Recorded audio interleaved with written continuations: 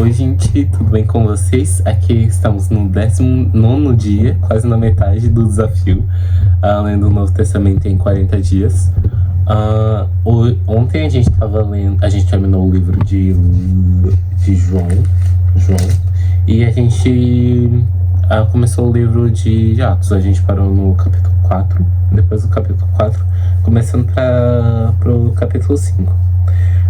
Hoje a gente vai começar o capítulo 5 até o capítulo 9. Mas antes de começar, eu quero pedir uma coisa, que seria vocês darem um like e se inscreverem no canal e também comentar no vídeo, por favor, para ver se vocês estão gostando, se vocês têm aprendido mais sobre a palavra. E pronto, bora começar. Capítulo 5. Ananias e Safira. Entretanto, certo homem chamado Ananias, com sua mulher Safira, vendeu uma propriedade, mas reteve uma parte do dinheiro, e Safira estava ciente disso. Estando o restante, depositou aos pés dos apóstolos. Então Pedro disse: Ananias, por que você permitiu que Satanás enchesse seu coração para que você mentisse ao Espírito Santo, retendo parte do valor do campo? Não é verdade que conservando a propriedade seria sua, e depois de vendida o dinheiro não estaria em seu poder? Por que você decidiu fazer uma coisa dessas? Você não mentiu para os homens, mas para Deus. Ouvindo essas palavras, Ananias caiu morto, e sobreveio grande temor a todos os que souberam o que havia acontecido. Levantando-se, os moços cobriram o corpo de Ananias, e levando-o para fora, o sepultaram.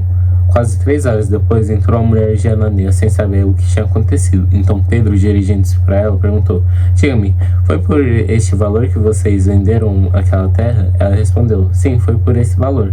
Então Pedro disse: Por que vocês entraram em acordo para tentar o Espírito do Senhor? Eis aí a porta aos pés dos que sepultaram seu marido, e eles levaram você também.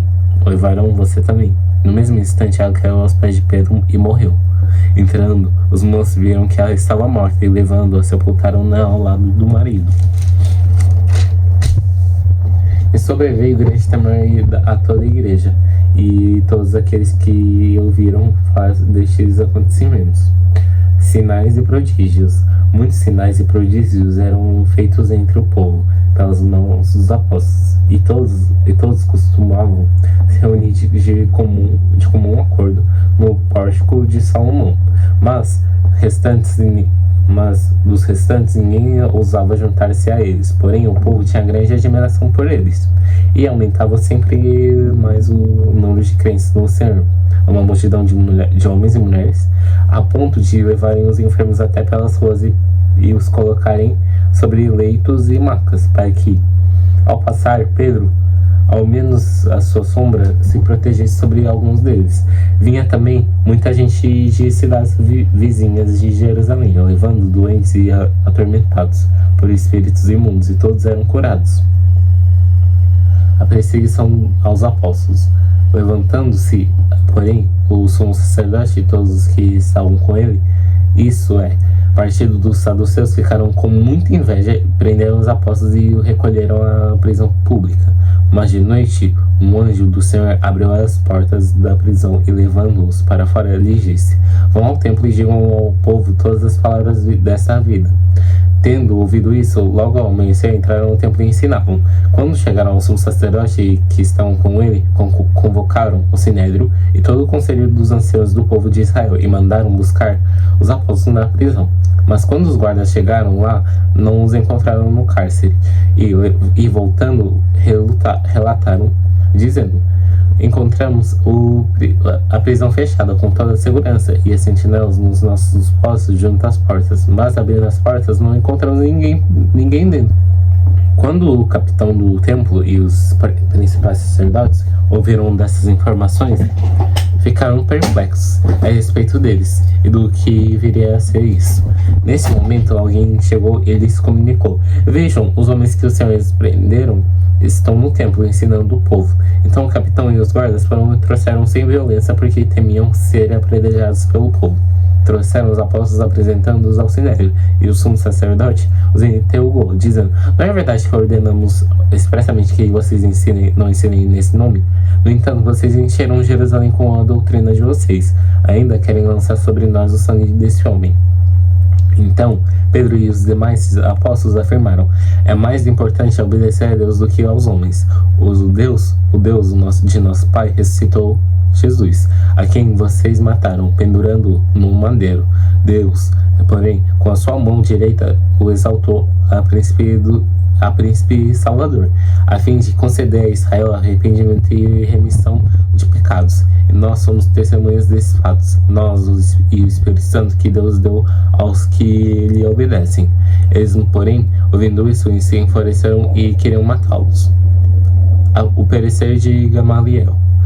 Mas, voltando-se no Sinédrio, um fariseu chamado Gamaliel, mestre da lei, respeitado por todo o povo, mandou que os apóstolos fossem levados para fora por um momento. Então disse ao Sinédrio: Israelitas, tenham cuidado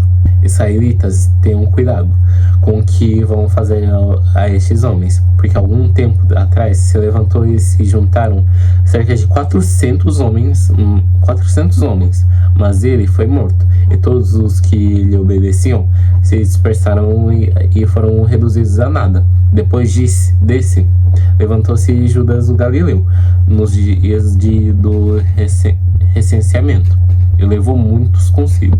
Também este foi morto, e todos que lhe obedeceram foram dispersos. Neste caso, agora, digo a vocês, não façam nada contra esses homens, deixem que vão embora, porque se este plano ou essa obra vem de homens, será destruído, mas se vem de Deus, vocês não poderão destruí-lo, e correm o risco de estar lutando contra Deus.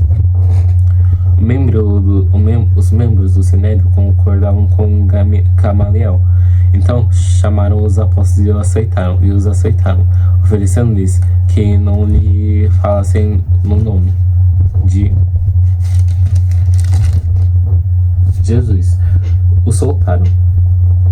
E eles se retiraram do Sinédrio muito alegres por terem sido considerados dignos de sofrer afrontas por esse nome. E todos os dias no templo e de casa em casa não cessavam de ensinar e pregar que Jesus é Cristo.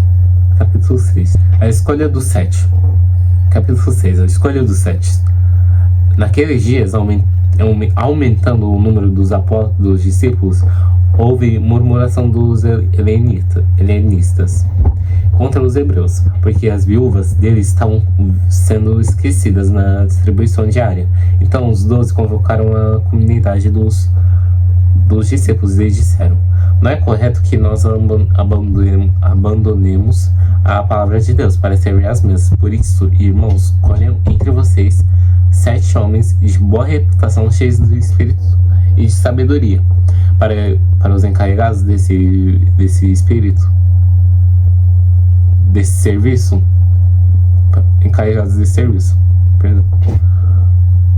Quanto a nós consagramos a oração e ao ministério da palavra.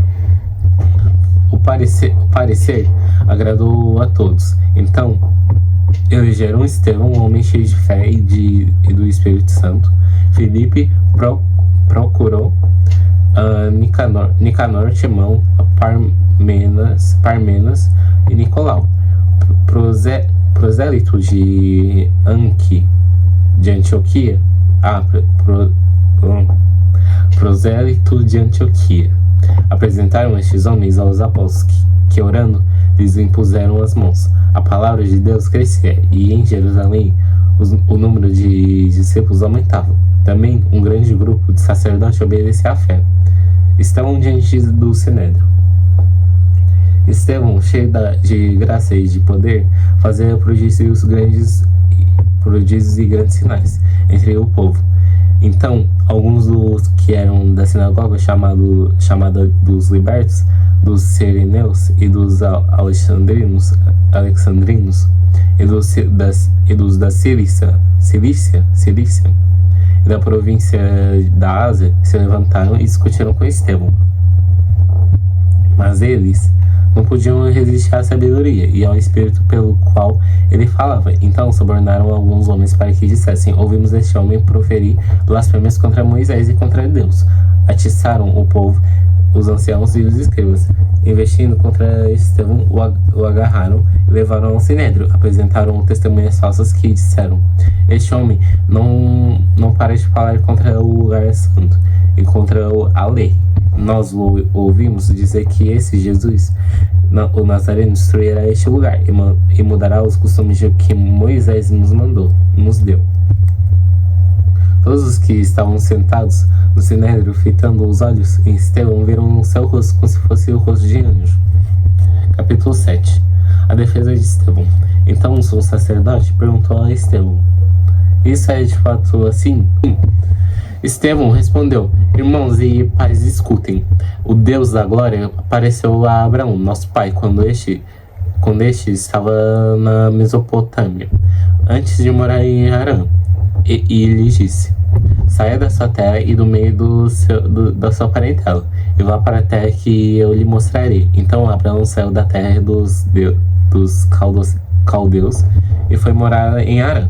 E dali, com a morte de seu pai, Deus o trouxe para essa terra em que vocês agora estão morando.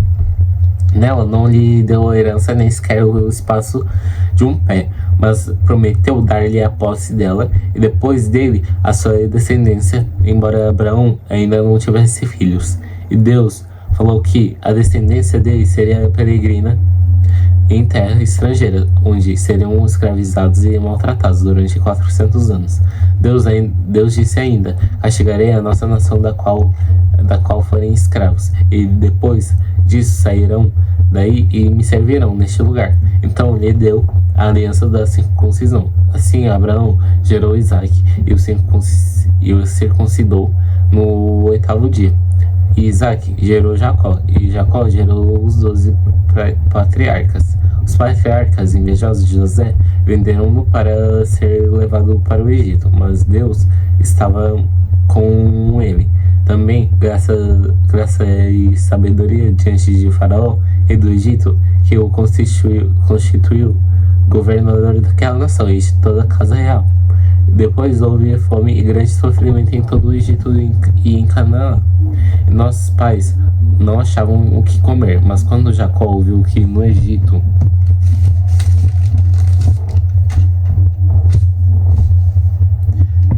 havia trigo, mandou pela primeira vez os nossos pais até lá. Na segunda vez, José se fez reconhecer pelos seus irmãos, e Faraó veio a conhecer a família de José. Então José mandou chamar Jacó e seu pai e toda a sua parentela. Isso é, 75 pessoas. Jacó foi para o Egito e ali morreu, e ele e também os nossos pais. Depois eles foram transportados para Siquém e postos no túmulo de que Abraão tinha comprado dos filhos de Amor em Siquém, pagando um certo preço.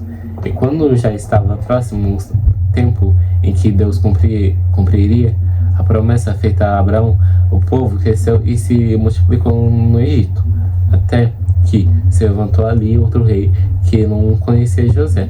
Este outro rei tratou com astúcia a nossa gente e torturou os nossos pais, a ponto de forçá-los a abandonar os seus meninos recém-nascidos, para que não sobrevivessem.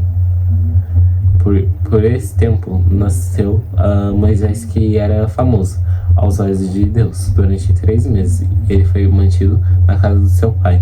Quando tiveram de abandoná-lo, a filha de Faraó o recolheu e criou como seu próprio filho. Moisés foi educado em toda a ciência dos egípcios e era poderoso em palavras e obras. Capítulo 9. Conversão de Saulo. Saulo, respirando ainda ameaças e morte contra os discípulos do Senhor, dirigiu-se ao sumo sacerdote e lhe pediu cartas para as sinagogas de Damasco, a fim de que, caso achasse alguns que eram do caminho, tanto homens como mulheres o levassem presos para Jerusalém. Enquanto seguia pelo caminho, aproximar-se de Damasco. Subitamente uma luz do céu brilhou ao seu redor. Ele caiu por terra e ouviu uma voz que lhe dizia: Saulo, Saulo, por que você me persegue? Ele perguntou: Senhor, quem é você? E a resposta foi: Eu sou Jesus, a quem você persegue. Mas levante-se e entre na cidade, onde lhe dirão o que você deve fazer. Os homens que viajavam com Saulo pararam emudecidos, ouvindo a voz, mas não vendo ninguém. Então Saulo se levantou do chão e, abrindo os olhos, nada podia ver. Guiando-o pela mão, levaram-no para Damasco. Esteve 3 dias sem ver, durante os quais nada comeu nem bebeu. A visita de Ananias. Havia em Damasco um discípulo chamado Ananias. O Senhor lhe aparece numa visão e diz: Ananias, ao que ele respondeu: Eis-me aqui, Senhor. Então o Senhor lhe disse: Levante-se e vá para a sua rua, que se chama Direita, e na casa de Judas procure um homem de Tarso, chamado Saulo. Ele estava orando e numa visão viu entrar um homem chamado Ananias e impor-lhe as mãos para recuperar-se a vista. Ananias, porém, respondeu: Senhor, de muitos tenho ouvido a respeito desse homem, quanto mal tenho aos teus santos em Jerusalém. E aqui, em Damasco, ele tem autorização dos principais sacerdotes para prender a todos os que invocam o teu nome. Mas o Senhor disse a Ananias: Vá porque este é para mim um instrumento escolhido para levar o meu nome diante dos gentios e reis, bem como diante dos filhos de Israel, pois eu mesmo vou mostrar a ele quanto deve sofrer pelo meu nome. Então Ananias foi entrando na casa e pôs as mãos sobre Saulo, dizendo: Saulo, irmão, o Senhor Jesus, que apareceu a você no caminho para cá, me enviou para que você volte a ver e fique cheio do Espírito Santo. Imediatamente caíram os olhos de Saulo umas coisas parecidas como escamas, e ele voltou a ver. A seguir, ele levantou-se e foi batizado, e depois de comer sentiu-se fortalecido. Saulo em Damasco. Permaneceu alguns dias com os discípulos em Damasco, e logo nas sinagogas proclamava Jesus, afirmando que ele é o Filho de Deus. Todos os que ouviam Saulo estavam atônitos, diziam: Não é este que se terminava em Jerusalém os que invocavam o nome de Jesus e veio para cá, precisamente para prender e levá-los aos principais sacerdotes? Saulo, porém, mais e mais fortalecia e confundia os judeus que moravam em Damasco, mostrando que Jesus é o Cristo. Saulo escapa dos judeus. Decorridos muitos dias, os judeus resolveram matar Saulo, mas ele ficou sabendo do plano deles. Dia e noite guardavam também os portões da cidade para o matar. Mas os discípulos de Saulo tomaram-no de noite e, colocando-o num cesto, desceram pela muralha. Quando chegou a Jerusalém, Saulo procurou juntar-se aos discípulos de Jesus. Porém, todos tinham medo dele, não acreditando que ele fosse discípulo. Mas Barnabé, tomando conseguiu levou aos discípulos. Contou-lhes como Saulo tinha visto o Senhor no caminho em que o Senhor tinha levado com ele. Também contou como Damasco Saulo tinha pregado ousadamente em nome de Jesus. E Saulo ficou com eles em Jerusalém, entrando e saindo, pregando ousadamente em nome do Senhor. Falava e discutia com os helenistas, mas eles procuravam matá-lo. Quando isso chegou ao conhecimento dos irmãos, levaram Saulo até Cesareia e dali o enviaram para Tarso. A igreja cresce. A igreja tinha paz por toda a Judéia, Galileia e Samaria, edificando-se e caminhando no temor do Senhor e no consolo do Espírito Santo. Crescia em número. A cura de Enéas. Passando Pedro por toda a parte, foi também visitar os santos que moravam em Lida. Encontrou ali certo homem chamado Enéas, que havia 8 anos jazia de cama, pois era paralítico. Pedro lhe disse: Enéas, Jesus Cristo cura você, levante-se e arrume a sua cama. Ele imediatamente se levantou. Todos os habitantes de Lida e da região de Saron viram Enéas e se converteram ao Senhor. Ressurreição de Dorcas. Em Jope havia uma discípula chamada Tabita, nome este que traduzido é Dorcas. Ela era notável pelas boas obras e esmolas que fazia. Aconteceu que naqueles dias ela adoeceu e veio a morrer. Depois de lavarem, puseram o corpo num quarto do andar superior. Como Lida ficava perto de Jope, os discípulos, ouvindo que Pedro estava ali, ouviram-lhe dois homens que com o seguinte pedido: não se demore em vir até nós. Pedro se aprontou e foi com eles. Quando ele chegou lá, eles levaram ao quarto do andar superior. Todas as viúvas o cercaram chorando e mostrando-lhe as túnicas do vestido de Dorcas que tinha feito enquanto ela estava com elas. Mas Pedro mandou que todos saíssem, ajoelhou e orou. Depois voltou-se para o corpo. Disse: Tabita, levante-se. Ela abriu os olhos e, vendo Pedro, sentou-se. Ele, dando-lhe a mão, ajudou a ficar em pé. Chamando os santos, especialmente as vidas, apresentou-os à viúva. Isto se tornou conhecido em toda a cidade de Jope, e muitos creram no Senhor. Pedro ficou em Jope muitos dias na casa de um curtidor chamado Simão. É isso, gente. Olha, muito obrigado por terem assistido esse vídeo.